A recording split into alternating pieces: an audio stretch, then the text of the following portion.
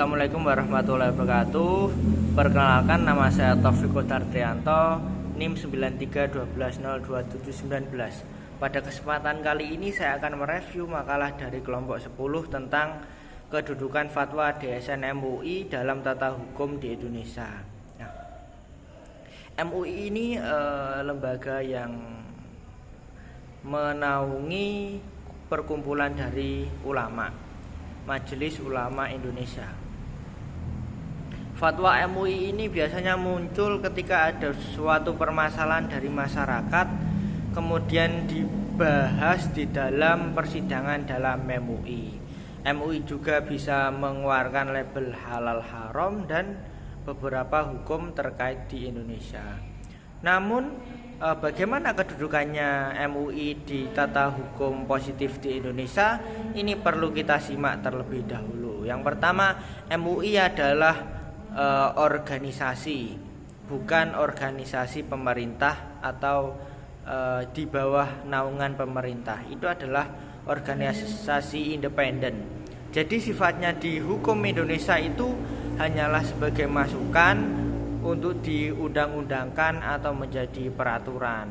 Nah, di dalam bidang ekonomi syariah, fatwa dari DSN MUI ini bisa menjadi salah satu landasan dari Bank Indonesia atau Kementerian Keuangan atau Kementerian Perdagangan atau kementerian terkait untuk mengeluarkan sebuah peraturan atau sebuah ketentuan tentang hukum ekonomi syariah.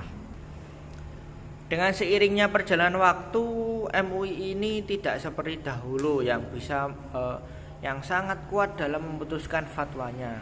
Selain itu juga ada Bazul Masail dari NU atau hasil tajrih dari lembaga Muhammadiyah, dan ini juga bisa menjadi salah satu sumber hukum di masukan hukum untuk hukum positif di Indonesia, bukan semata-mata dari MUI.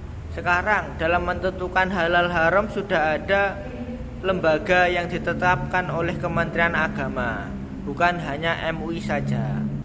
Di bidang ekonomi syariah sendiri, seringkali hasil dari fatwa DSN MUI dalam bidang ekonomi syariah ini seringkali menjadi bahan untuk dijadikan peraturan Bank Indonesia. Karena apa? Kita tahu di Indonesia ini sedang mulai berkembang perekonomian syariahnya, sehingga perlu adanya masukan-masukan dari pihak-pihak yang ahli di bidangnya.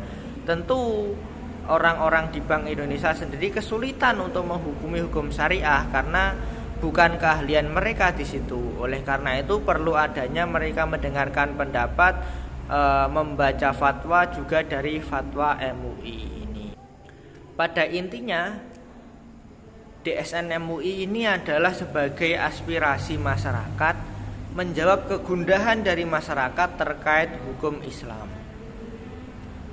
Selain kepada Kementerian Agama, juga ada MUI, Majelis Ulama Indonesia.